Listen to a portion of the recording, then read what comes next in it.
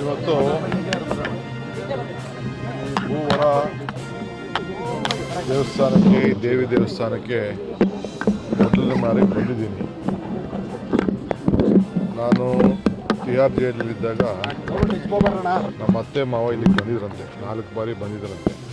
ನನಗೆ ಗೊತ್ತಿಲ್ಲ, ಆಮೇಲೆ ಗೊತ್ತಾಯಿತು. ಒಬ್ಬ ನನ್ನ ಸ್ನೇಹಿತರು,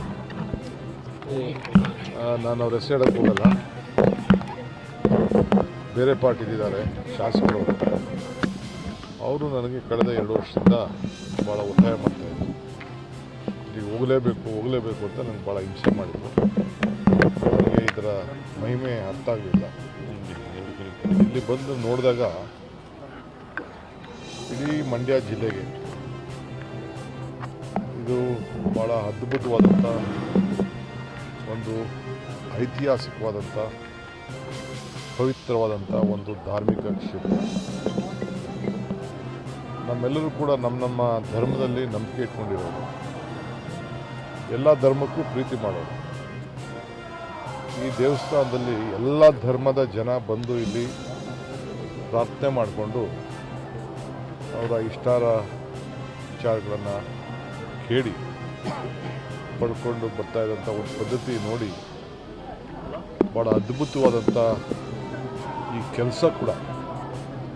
ಈಗ ನನಗೂ ಅಷ್ಟೋ ಇಷ್ಟೋ ದೇವಸ್ಥಾನ ಕಟ್ಟೋದ್ರಲ್ಲಿ ಎಷ್ಟು ಶ್ರಮ ಇದೆ, ಏನು ಯಾವ ರೀತಿ ಇದೆ ಅಂತ ನನಗೆ ಅರಿವಿದೆ. ಈ ವಿಗ್ರಹ ಎಷ್ಟು ಅದ್ಭುತವಾಗಿದೆಯೋ ಮುಂದೆ ಕೂಡ ಈ ಒಂದು ದೇವಾಲಯ ಕಟ್ಟಲಿಕ್ಕೆ ಭಾಳ ಉತ್ತಮವಾದಂಥ ಒಂದು ನೀಲಿ ನಕ್ಷೆಯನ್ನು ತಯಾರು ಮಾಡಿದ್ದಾರೆ. ಒಂದು 4 ಫ್ಯಾಕ್ಟ್ರಿ, ಗ್ರ್ಯಾಂಡ್ ಫ್ಯಾಕ್ಟ್ರಿ ನಡೆಸೋ ರೀತಿಯಲ್ಲಿ ಇಲ್ಲಿ ಕೆಲಸ ನಡೀತಾ ಇದೆ. ಖಂಡಿತ ಈ ಭೂಮಿ ಮೇಲೆ ಯಾರಿಗೆ ನಂಬಿಕೆ ಇದೆ, ವಿಶ್ವಾಸ ಇದೆ, ಭೂಮಿಯ ಆಚಾರ ವಿಚಾರದ ಬಗ್ಗೆ ಯಾರಿಗೆ ಇದೆ, ಎಲ್ಲ ಕೆಲಸ ಮಾಡ್ತಿರೋರು ಎಲ್ಲ ಮುಸಲ್ಮಾನ್ ಬಂಧುಗಳು, ಅದನ್ನು ತಿಳ್ಕೊಂಡೆ. ಎಲ್ಲ ಬಂದು ಅವರೇ ಬಂದು ಇಂಥ ಒಂದು ಕೆತ್ತನೆ ಕೆಲಸನ ಇಲ್ಲಿ ನಡೆಸ್ತಾ ಇದ್ದಾರೆ ಅಂತೇಳಿ. ಸೊ ಇಲ್ಲಿ ಧರ್ಮ ಜಾತಿ ಇಲ್ಲ, ಇಲ್ಲಿ ಎಲ್ಲರಿಗೂ ಕೂಡ ಭಾಳ ಪ್ರೀತಿಯಾಗುವಂಥ ಒಂದು ಪವಿತ್ರವಾದಂಥ ಕ್ಷೇತ್ರ. ನಾನು ಇವತ್ತೇನೋ ಇದ್ದಕ್ಕಿದ್ದಂಗೆ ಇಲ್ಲಿಗೆ ಬರಬೇಕು ಅಂತ ನನಗೆ ಮನಸ್ಸು, ಈ ಭಗವಂತ ನನ್ನನ್ನು ಕರೆಸ್ಕೊಂಡು, ಈ ಭೂತಾಯಿ ಇಬ್ಬರು ಕೂಡ ಕರೆಸ್ಕೊಂಡು ಭಾಳ ಸಂತೋಷದಿಂದ ಇಲ್ಲಿ ಪೂಜೆ ಕೆಲಸ ಕೂಡ ಪ್ರಾರ್ಥನೆ ಮಾಡಿದ್ದು ನಾನು ನೋಡಿದ್ದೇನೆ. ಸೊ ರಾಜ್ಯಕ್ಕೂ ಕೂಡ ಒಳ್ಳೆಯದಾಗಬೇಕು. ಸೊ ನನಗೆ ಭಾಳ ಸಂತೋಷ ಆಯಿತು. ಇಲ್ಲಿ ಬಂದಂಥ ಸಂದರ್ಭದಲ್ಲಿ ಅರ್ಚಕಸ್ಯ ಪ್ರಭಾವೇನ ಶಿಲಾದ್ಭೂತಿ ಶಂಕರ, ಅರ್ಚಕನ ಪ್ರಭಾವದಿಂದ ಶಿಲೆಯಲ್ಲೂ ಶಂಕರ ಕಾಣಬಹುದು. ಹಾಗೆ ಎಲ್ಲ ಅರ್ಚಕರು ಭಾಳ ಧಾರ್ಮಿಕವಾಗಿ ಒಂದು ಪವಿತ್ರವಾದಂಥ ಕೆಲಸನ ಕೂಡ ನಡೆಸಿ, ನಾನೇನು ತರಬೇಕು ಇಲ್ಲಿ ಬರಬೇಕಾದ್ರೆ ಅಂತ ಕೇಳಿದೆ. ಏನು ಬೇಡ, ನೀವು ಬಂದು ಆಶೀರ್ವಾದ ಮಾಡಿ, ಇದು ದೇವರ ಬಂದು ದರ್ಶನ ಮಾಡ್ಕೊಂಡು ಹೋಗಿ ಸಾಕು ಅಂತ ಅರ್ಚಕರು ನನಗೆ ಹೇಳಿದ್ರು. ಇವತ್ತು ಬೆಳಗ್ಗೆ ನನ್ನ ಸ್ನೇಹಿತರು ಈ ಫೋನ್ ನಂಬರ್ ಹಿಂದೆ ಕಳಿಸಿದ್ರು, ನಾನು ಮನಸ್ಸು ಮಾಡಿರಲಿಲ್ಲ. ಇವತ್ತು ಬೆಳಗ್ಗೆ ನನ್ನ ಸ್ನೇಹಿತರು ಕಳಿಸಿದ್ರು, ತಕ್ಷಣ ಅವ್ರಿಗೆ ಫೋನ್ ಮಾಡಿದೆ. ಸೊ ನಾನು ನನ್ನ ಧರ್ಮಪತ್ನಿಗೆ ಹೇಳಿದೆ. ಅಷ್ಟೊತ್ತಿಗೆ ಅವರು ಸ್ವಲ್ಪ ರಿಸರ್ಚ್ ಮಾಡಿದ್ರು ಅಂತ ಕಾಣ್ತದೆ. ಅವ್ರ ತಾಯಿನೂ ಎಲ್ಲ ಬಂದು ಇಲ್ಲಿ ಬಂದು ಪ್ರಾರ್ಥನೆ ಮಾಡಿಕೊಂಡು ಹೋಗಿದ್ದವಂತೆ. ಸೊ ಅದು ನನಗೆ ಹೇಳಲಿಲ್ಲ ಅವರು. ಸೊ ಈಗ ನನಗೆ ಹೇಳಿದ್ರು, ನಿಮಗೆ ನಮ್ಮ ಕುಟುಂಬದವರೆಲ್ಲ ಬಂದು ಹೋಗಿದ್ದಾರೆ ಅಂತ. ಭಾಳ ಸಂತೋಷ ಆಯಿತು.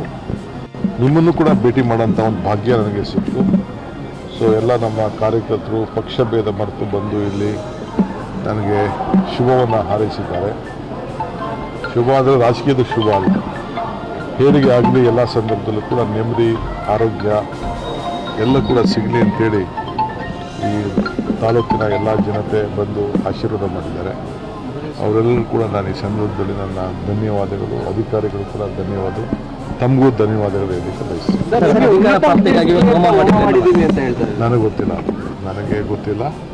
ಇಲ್ಲಿಗೆ ಬನ್ನಿ, ಏನು ತರಬೇಕು ಅಂತ ಕೇಳಿದೆ. ಹೂವು ತರಬೇಕಾ, ಕಾಯಿ ತರಬೇಕಾ, ಹಣ್ಣು ತರಬೇಕಾ, ಏನಿಲ್ಲ, ಬಂದು ಸುಮ್ಮನೆ ನೀವು ದರ್ಶನ ಮಾಡ್ಕೊಂಡು ಹೋಗಿ ಅಂತೇಳಿ. ನನಗೆ ಯಾರು ಏನು ಮಾಡಿದ್ರು ಅಂತ ಗೊತ್ತಿಲ್ಲ, ನನಗೆ ಏನು ಪ್ರಾರ್ಥನೆ ಮಾಡಿದ್ದಾರೆ ಅಂತ ನನಗೇನು ಗೊತ್ತಿಲ್ಲ.